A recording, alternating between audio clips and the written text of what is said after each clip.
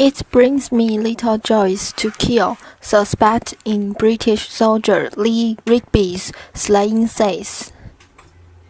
London CNN. One of the men accused of the brutal daylight killing of British soldier Lee Rigby told police he took little joy in slaying. Michelle Adbolajo's interview with police was played to jurors at the Old Bailey Criminal Court in London on Wednesday, day 4 of the trial in which he and co-defendant Michelle Adbowell have pleaded not guilty to the murder of Rigby in Woolwich on May 22nd. In the interview, Adbolajo identified himself as Mujahideen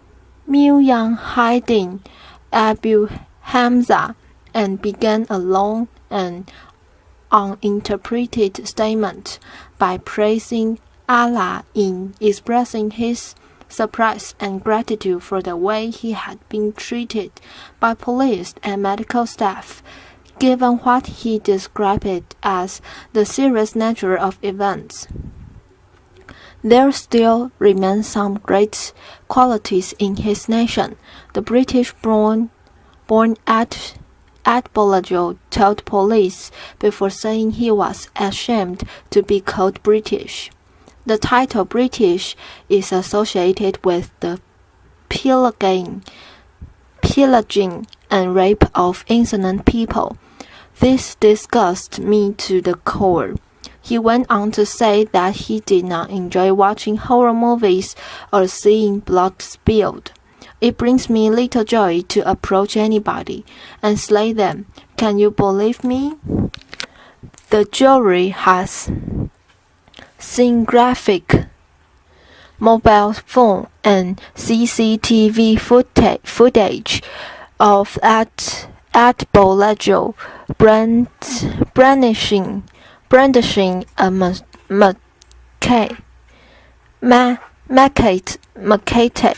machete and knife with his hands covered in blood after the attack on Rigby. Adbolajo told police he would never only questions he believed would help the British people. I am not here to satisfy your supervisor, he said. I'm only here to prevent such an incident as happened on Wednesday, the 22nd of May, from ever happening again. He did answer one direct question from police in the interview, and it concerned what he did to Rigby. Lee Rigby was killed on the 22nd of May. He said he was struck in the neck with a sharp implement, and it was worn until his head, became almost detached, and may Allah forgive me if I act in a way that is displeasing to him. Pathologist Simon Pooley told the court Wednesday that drama Rigby suffered numerous and very deep wounds to the neck and that the cause of death was multiple incised wounds.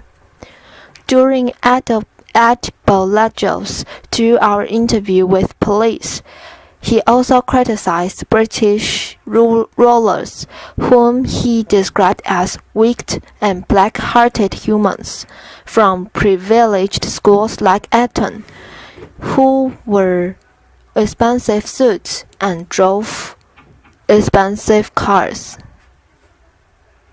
He singled out Prime Minister David Cameron, brothers David and Ed Miliband, the political veterans, and Deputy Prime Minister Nick Clegg. He expressed particular disappointment with Cameron, who he said is trying to emulate a man he described as using the magic of the tongue and dodge questions. He goes by the name of Tony Blair. Nobody realized the weakness and corruption of this man. Earlier in the day, the court heard the statement of forensic psychiatrist Tim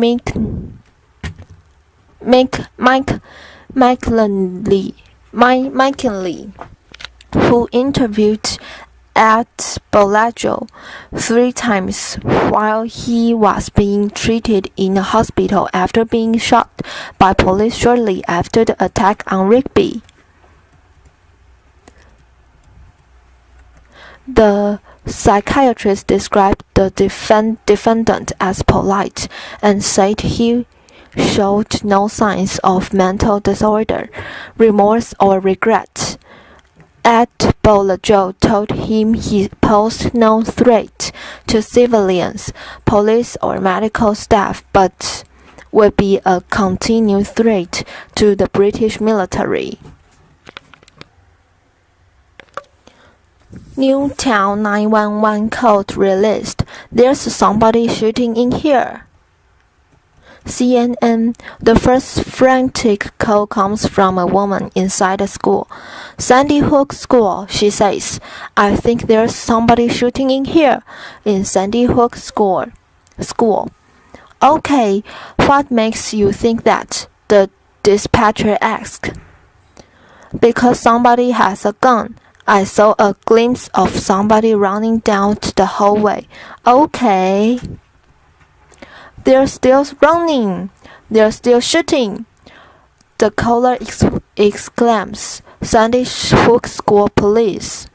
Audio recordings of 911 calls released Wednesday, nearly 1 year after the second deadliest shooting in U.S. history, offered a glimpse into the horror that day, last December at Sandy Hook Elementary School.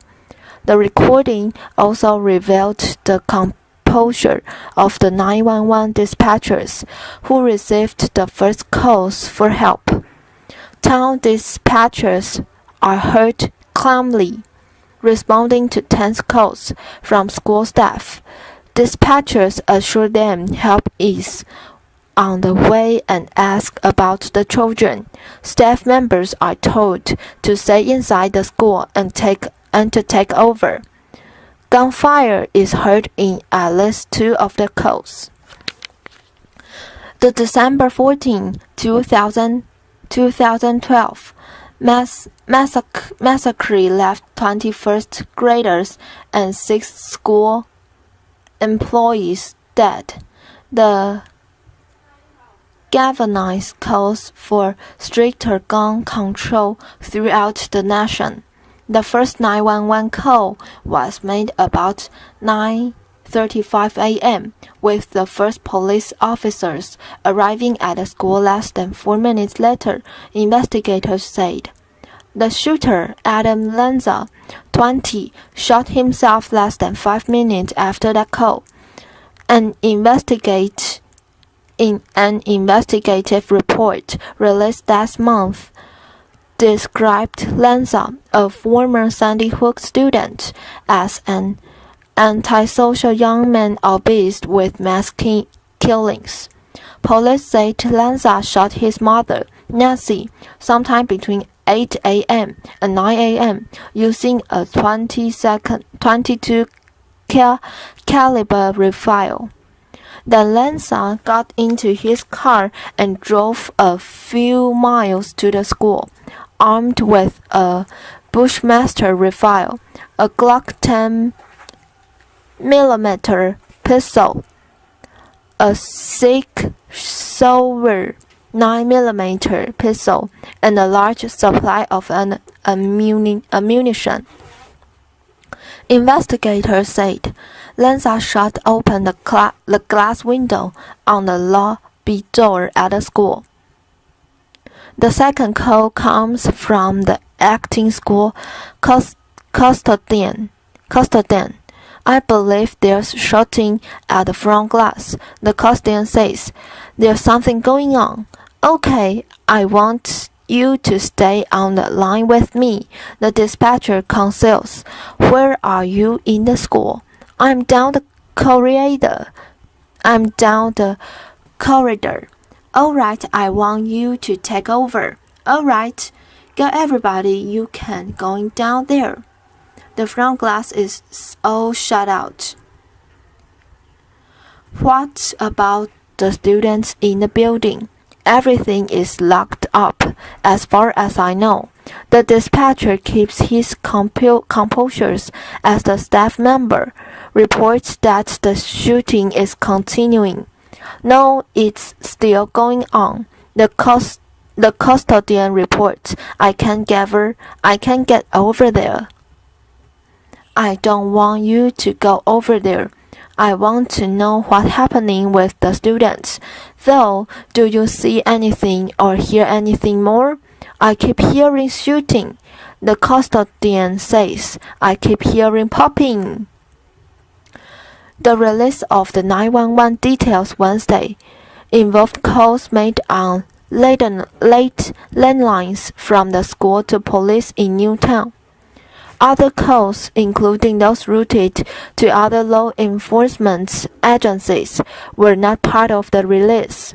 Last week, Connecticut Superior Court Judge Elliot Prescott upheld the Connecticut Freedom of Information Commission's ruling to release calls related to the shooting. A state attorney had tried to block the release to shield the victims' families. The Associated Press and challenged authorities' refusal to release the 911 tapes. Wednesday's release, which was supervised by town attorneys, came in the wake of local opposition and the judge's ruling, and the release left news organizations with hard choices, difficult about what to broadcast from the events of a shattering day in the lives of a small, quiet town and an entire nation. Investigators have said that Lanza entered the school and moved down the hallway. His first victims were Principal Don Hawksbrown and school psychologist Mary Sherlach, who had heard glass shattering and loud banging. According to the report, they went into the hallway into Hawksbrown, warning a third staff member to stay put. Both were shot to death. The staff member was also shot but survived and called 911. At one point, a female dispatcher tells her colleagues of the mass shooting, "Guys, we got a shooting at Sandy Hook Elementary School in Newtown. That's why 911 is ringing off the hook." Another dispatcher handles a call from a man inside the school. "There's still shooting going on, police," the caller exclaims. A banging sound is heard. "What about injuries at this time?" "I don't know of any injuries right now." "Okay," a dispatcher is heard telling a colleague, "I need you to call state police." A gunshot blast is heard. It's still going on, the male caller says. A teacher calls from her classroom. "It sounds like there are gunshots in the hallway," she says. "Okay, do you have everyone in the classroom and the door locked?" The dispatcher asks calmly. "All of my students, the door is not locked yet. I have to go lock the door." "Keep everybody calm. Keep everybody down. Get everybody away from the windows, okay? Some staff members took shelter in the school's main office as Lanzang moved toward 2 classrooms where he killed 20 children and 4 adults. Others protected and tried to calm their students. The fewer than 11 minutes 21st grade pupils and 6 adults had lost their lives, the reporter said. The killings in Newtown, about 60 miles outside New York, happened less than 5 months after a similar bloodbath at the movie theater in Aurora, Colorado, outside Denver. Those mass slayings triggered a nationwide debate over gun violence, school safety, and mental health, a debate that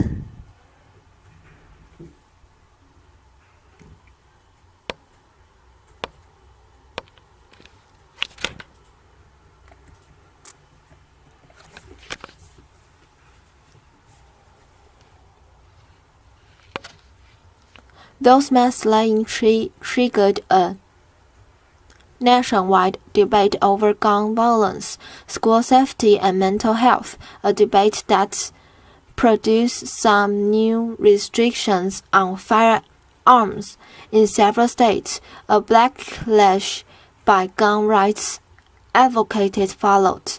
A new CNN ORC international survey found that 49% of Americans say they support stricter gun control laws, with 50% opposed. The 49% support is down 6 percentage points from the 55% who said they backed stricter gun control in CNN polling from January. Just a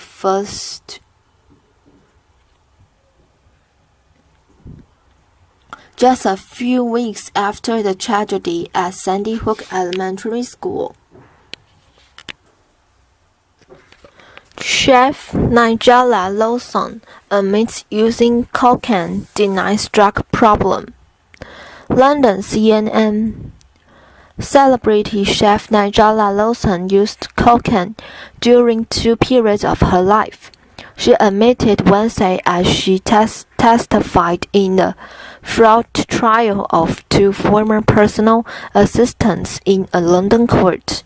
She told the court she had used the drug about 6 times with her late husband John Diamond when he learned that his cancer was terminal, in order to give him some escape from his treatment. She also used cocaine once in July 2010 when she felt subject to terrorism by her then-husband Charles Saatchi, she said. At that point, she felt trapped, isolated and unhappy, she said, and a friend offered her the drug. But Lawson said, I've never been a drug addict. I've never been an habitual user. I did not have a drug problem. I had a life problem. Saatchi had claimed in an email that Lawson had used drugs regularly, but in testimony Friday, he backed off that claim.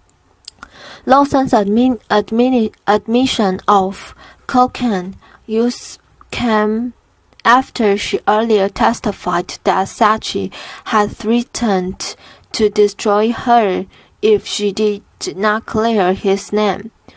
She had been asked about her reluctance to attend court as a witness in the assistance trial, a case that has gripped and media as claims emerge about the couple's troubled personal life. I have been put on trial. Here where I am, called to answer and glad to answer the allegations and the word press, and it comes after a long summer of bullying and abuse, Lawson said. I find it another chapter in that. Referring to Sachi's request for her to attend the trial, made in a letter sent by his lawyers, Lawson said, he had said to me if I didn't get back to him and clear his name, he would destroy me. Referring to Sachi's request for her to attend the trial, made in a letter sent by his lawyers, Lawson said, he had said to me if I didn't get back to him and clear his name, that he would destroy me. Lawson said she felt she had to do her civic duty. It's difficult for me. It's very difficult for my children. But I want to do the right thing, she added. The former Addis Italian sisters Francesca and Elisabetta Grillo deny embezzling hundreds of thousands of pounds on company credit cards while employed by Lawson and Sachi. No hard evidence. In his testimony last Friday, Sachi addressed the claim made in an email he sent to Lawson in October that alleged she had used drugs. He told the court that he never saw his wife taking drugs during their 10-year marriage, and he had no hard evidence she had done. So he also said he was utterly heartbroken by the end of their relationship. In the email, which was shared with the court by the defense in a pre-trial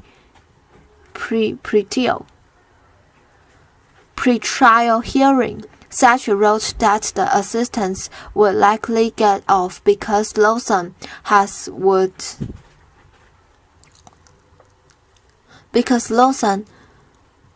was using cocaine and marijuana on a daily basis and allowed the sisters to spend whatever they liked. The allegations emerged in June, around the time the couple were photographed in a restaurant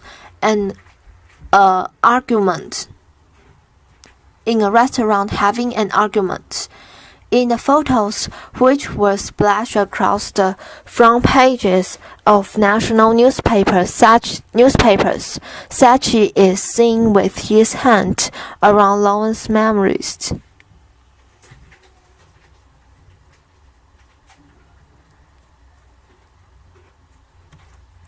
Sachi is seen with his hand around Lawson's throat. Sachi accepted a police caution for assault, and the couple announced they would divorce soon afterward.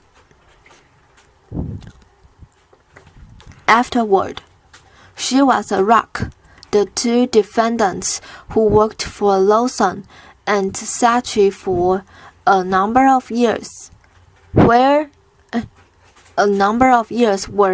supposed to use the cards for household expenses, but allegedly spent largely amounts on themselves.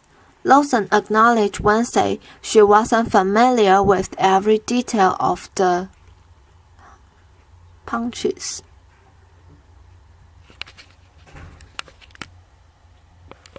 She told the court she had employed Elisabetta, also known as Lisa, while her ex-husband and hired Francesca. I loved Lisa. She came to me in a difficult time in my life. She was a rock, Lawson said. She said Elisabetta Grillo had left her job for a while, and when she came back, she'd been increasingly bitter and unhappy. I do not think her bitterness was toward me personally. I think it was toward her life, the chef said. Lawson ignored the crowd of reports and photographers waiting outside Isleworth Crown Court as she entered earlier, wrapping back and looking somber.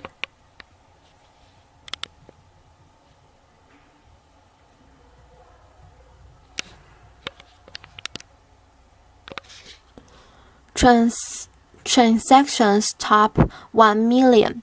Such as accountants gave details of the sisters' alleged spending on luxury goods in court last week, including purchased from Prada, Miu Miu, and Louis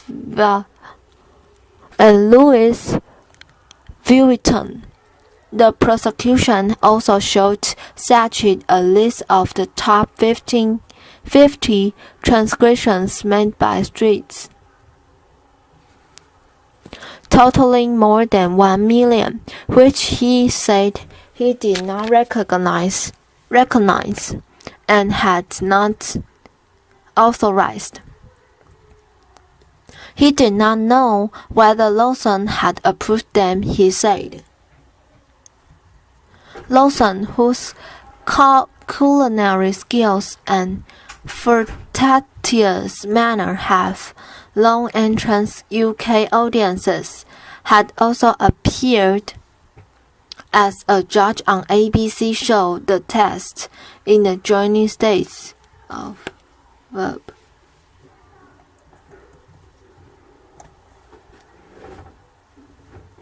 The Taste in the United States. A second season of the show is due to air in January.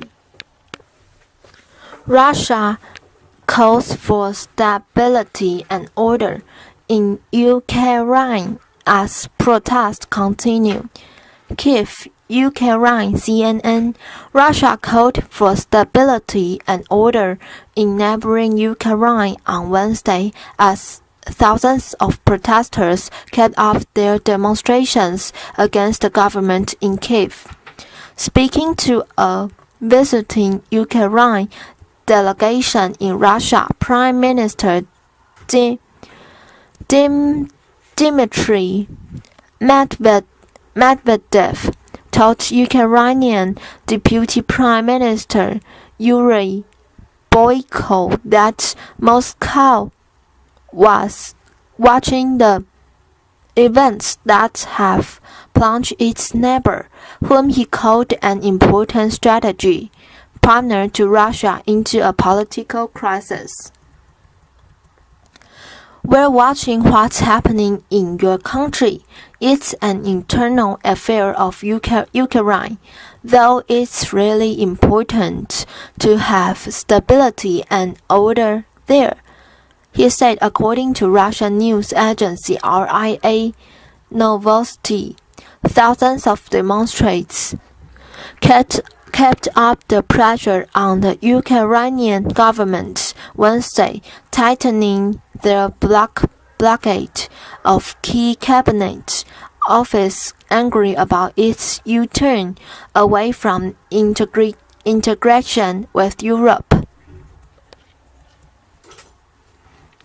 In the biggest protest since Ukraine's Orange Revolution 9 years ago, they have also stayed out They have also stayed put in the main Independence Square as they demand new elections. Prime Minister Mykola Azarov, who survived an opposition bid to topple his government in Parliament Tuesday, has called for a peaceful resolution to the crisis.